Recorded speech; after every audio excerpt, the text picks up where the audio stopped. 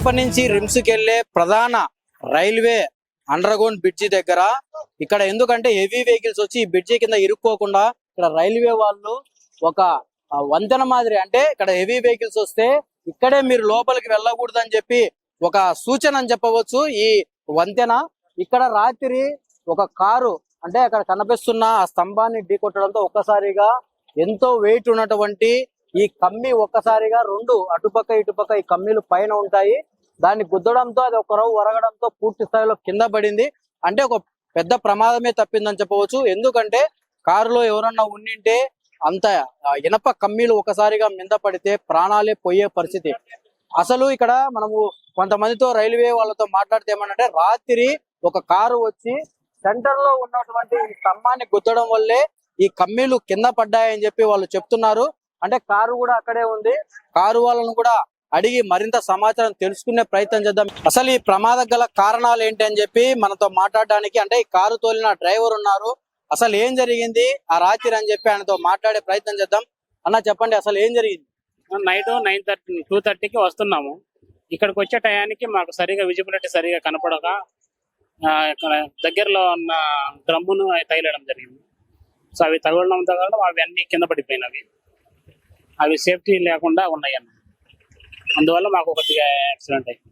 అంటే మీరు ఇటు సైడ్ ఎందుకు వచ్చారు? అసలు మేము రిమ్స్ హాస్పిటల్కి వెళ్ళి మాకు మా పేషెంట్ ఉంటే తీసుకొని వస్తున్నాము. సో అక్కడ సరైన నిద్ర లేక చిన్నగా వస్తున్నాము. అక్కడంతా బాగా వచ్చినాము. ఇక్కడికి సరైన విజిబిలిటీ లేక ఆ డ్రమ్కి ఏమాత్రం లేవు కదన్న, దానివల్ల తగిలి డ్యామేజ్ అయ్యింది.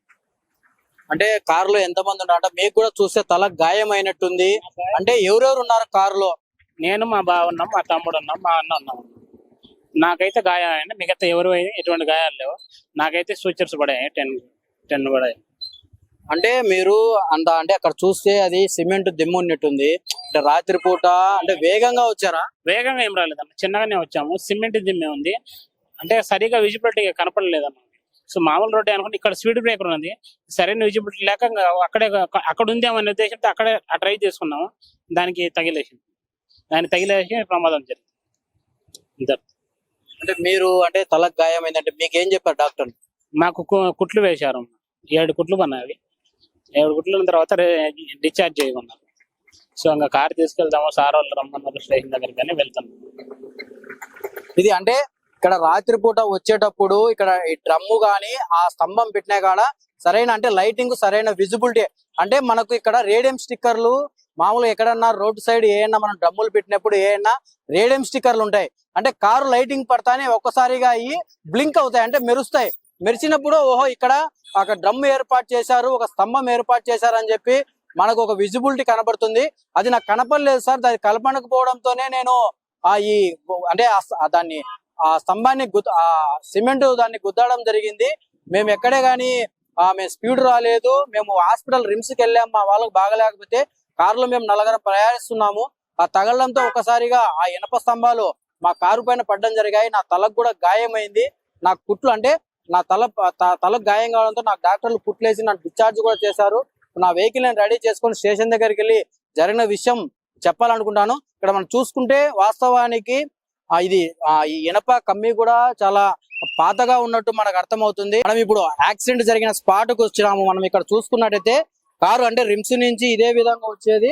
అంటే ఇక్కడ డ్రైవర్ చెప్పినట్టు ఇక్కడ మనకు చూడండి రేడియం స్టిక్కర్ లైట్ గా ఉండే పరిస్థితి. అంటే ఇక్కడ ఈ స్తంభం ఉన్నప్పుడు ఇక్కడ పూర్తి స్థాయిలో రేడియం స్టిక్కర్లు ఏర్పాటు చేయాలి. ఎందుకంటే డ్రైవర్ అర్ధరాత్రి వచ్చా అని చెప్తున్నాడు. ఈ అర్ధరాత్రి అందులో హాస్పిటల్లో ఉన్నాం సార్, కొద్దిగా మేము కూడా మాకు రెస్ట్ కూడా లేదని చెప్పి చెప్తున్న పరిస్థితి. ఇక్కడ మనం చూసుకుంటే రేడియం స్టిక్కర్లు కూడా లేని పరిస్థితి. అంటే ఈ ఓటింగ్ తప్పితే ఇక్కడ ఎక్కడే గానీ ఇక్కడ స్తంభం ఉందని రేడియం స్టిక్కర్ లేని పరిస్థితి కూడా మనకి ఇక్కడ కనపడుతుంది. ఎందుకంటే డ్రైవర్ ప్రత్యేకంగా చెప్పాడు, సార్ అక్కడ నాకు ఆ స్తంభం ఉన్నట్టు నాకు అందాజుగా అనిపించలేదు, ఎందుకంటే అర్ధరాత్రి నేను వచ్చే కొద్ది విజిబిలిటీలో నాకు అది కనిపించలేదు సార్, అందుకు మోట్లో తగిలింది. ఆ తగిలిన తర్వాత ఆ స్తంభాలు ఒక్కసారిగా ఒరిగి మా కారు మీద పడ్డాయి, నాకు గాయం కూడా జరిగిందని చెప్తాం. ఇక్కడ ఎందుకంటే ఖచ్చితంగా ఆ రోడ్ లో ఖచ్చితంగా ఏమన్నా మధ్యలో ఉన్నప్పుడు రోడ్డు మధ్యలో ఖచ్చితంగా అధికారులు కావచ్చు ఎవరైనా కావచ్చు రేడియం స్టిక్కర్లు ఏర్పాటు చేయాలి. వెహికల్ కూడా మనం చూసుకున్నట్టయితే వెనక సైడ్ ఖచ్చితంగా మనకు లైటింగ్ సిస్టమ్ లేనప్పుడు ఖచ్చితంగా రేడియం స్టిక్కర్లు ఏర్పాటు చేసినప్పుడే వెనక వచ్చే వెహికల్ ఒక్కసారిగా లైట్ పడినప్పుడు అవి మెరుస్తాయి కాబట్టి అక్కడ ఏదో ఉందని చెప్పి డ్రైవర్ అలర్ట్ అవుతాడు. కానీ ఇక్కడ మనం చూసుకున్నట్లయితే ఎక్కడే గానీ ఆ రేడియం స్టిక్కర్లు ఏర్పాటు చేయలేదని మనకు స్పష్టంగా అర్థమవుతోంది. ఇక్కడ మనం చూసి ఎక్కడే గానీ స్తంభానికి ఈ కార్నర్ లోనే మనం చూపించిన ఈ కార్నర్ లోనే డ్రైవరు గుద్దానని చెప్తున్నాడు. కారు కూడా ఒక డ్యామేజ్ అయింది, కారు డ్రైవర్ కూడా గాయమైంది. అంటే మనం ప్రమాదము రైల్వే బ్రిడ్జికి అటుపక్క మనం ఇంతసేపు చూపించాము, ఇప్పుడు రైల్వే బ్రిడ్జికి యువతల కూడా సేమ్ ఇదే విధంగా ఇక్కడ మనకు ఆ ఇనప కమ్మి ఏర్పాటు చేశారు. అంటే అవతల నుంచి వచ్చే వాళ్ళకి కావచ్చు, యువతల నుంచి వచ్చే వాళ్ళకి ఇది ఒక సూచన. అంటే ఇక్కడ అండర్ గ్రౌండ్ బ్రిడ్జి ఉంది, ఎవరే గానీ హెవీ వెహికల్స్ రాకూడదని చెప్పి ఒక సూచన. అంటే మనం ఇక్కడ చూసుకున్నట్టయితే ఇక్కడ మధ్యలో ఒక అంటే సూచన ఏర్పాటు చేశారు. రోడ్డుకు అటువైపు లెఫ్ట్ సైడ్ రైట్ సైడ్ 2 దారులు ఉన్నాయని చెప్పి ఇక్కడ క్లియర్ గా ఏర్పాటు చేసిన పరిస్థితి. ఇదే విధంగా అటు సైడ్ లేదని మనకు స్పష్టంగా అర్థమైంది. మనం విజువల్ లో స్పాట్ కి వెళ్ళి మనం గమనిస్తే మొత్తానికి ఇక్కడ ఏంటంటే మధ్యలో కూడా కొన్ని చిన్న చిన్న స్తంభాలు ఏర్పాటు చేశారు. అయినప్పటికీ ఇక్కడ మనకు ఆ స్టార్టింగ్ లో చాలా స్తంభాలు ఉన్నప్పటికీ ఇక్కడ నుంచి వచ్చే వెహికల్స్ హెవీగా రావడంతో అవి మొత్తం ప్లాస్టిక్ తో ఏర్పాటు చేశారు. అంటే ఇక్కడ రోడ్డులో అటువైపు ఇటువైపు ఎవరు క్రాస్ చేయకూడదని చెప్పి పూర్తిగా వాటిని తొక్కిచ్చేసిన పరిస్థితి. ఎందుకంటే వెహికల్స్ వెళ్ళేటప్పుడు అవి అంటే ప్లాస్టిక్ దాంతో ఏర్పాటు చేశారు కాబట్టి పూర్తి స్థాయిలో అవి పూర్తిగా లేని పరిస్థితి మనం గమనించవచ్చు. చూడండి, పూర్తి స్థాయిలో అవన్నీ తొక్కిచ్చేశారు, కొన్ని అయితే పూర్తిగా పాతబడిపోయినాయి. ఇక్కడ అంటే మనకి ఇక్కడ కూడా రేడియం స్టిక్కర్ ఉంది, ఇది పూర్తిగా రోడ్డుకు సూచనలో లేదు, పూర్తి స్థాయిలో టర్నింగ్ తిరిగిన పరిస్థితి. అంటే దీన్ని పర్యవేక్షించాల్సిన అధికారులు కూడా దీన్ని పూర్తిగా వదిలేసిన పరిస్థితి. వీటిని కూడా ఏదో వెహికల్ గుద్దడంతో ఇది పూర్తిగా తిరిగిందని మనకు స్పష్టంగా అర్థమవుతుంది. అంటే ఇది రిమ్స్ కి వెళ్ళి నిరంతరం రద్దీగా ఉండే ప్రాంతం ఇది.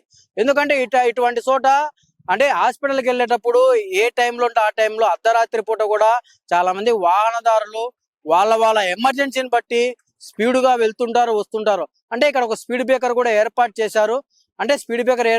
ఇక్కడ నుంచి వెళ్ళి మన ఇక్కడ డౌన్ ఉంటుంది, ఇక్కడ బ్రిడ్జి నుంచి అటుపైకి వెళ్ళి అక్కడ ఏర్పాటు చేసిన ఆ వంతెన దగ్గరే ఈ ప్రమాదం జరిగింది. కారు దాన్ని గుద్దడము, ఆ స్తంభాలు ఇనప స్తంభాలు పడడం ఇక్కడ మనం చూసుకున్నట్లయితే మధ్యలో ఇక్కడైతే ఏం ఏర్పాటు చేయలేదు. అక్కడైతే ఒక డ్రమ్ము, ఒక సిమెంట్ది ఒక ఫోల్ మాదిరి ఏర్పాటు జరిగింది. అక్కడ రేడియం స్టిక్కర్ లేకపోవడంతో నాకు కనిపించలేదని డ్రైవర్ కూడా మనతో చెప్పిన పరిస్థితి. ఇక్కడ మనం చూసుకున్నట్టే చాలా వరకు ఏర్పాటు చేశారు అధికారులు, అయినప్పటికీ చాలా మంది వాహనదారులు వాటిని తొక్కిచ్చేసి అవి పూర్తిగా లేని పరిస్థితి. ఇక్కడ ఎక్కడే గానీ మనము ఇటు సైడ్ వెళ్ళకూడదని కూడా సరిగ్గా ఇక్కడ మనకు ఆ సూచన తెలిపేటి కూడా లేకుండా పరిస్థితి. ఎట్టయినా కానీ వాహనదారులు ఒకసారి మనం వెళ్ళేటప్పుడు చాలా వరకు గమనించి వెళ్ళాలి, ఎంత ఎమర్జెన్సీ ఉన్నప్పటికీ. ఎందుకంటే ఎంత ఎమర్జెన్సీ అయినా కానీ మన ప్రాణాలు ముఖ్యం కాబట్టి మనం చాలా వరకు చూస్తున్నాం. యాక్సిడెంట్ చూస్తుంటే చాలా వేగంతో వెళ్ళే ఈ ప్రమాదాలు జరిగినట్టు మనకు స్పష్టంగా అర్థమవుతుంది.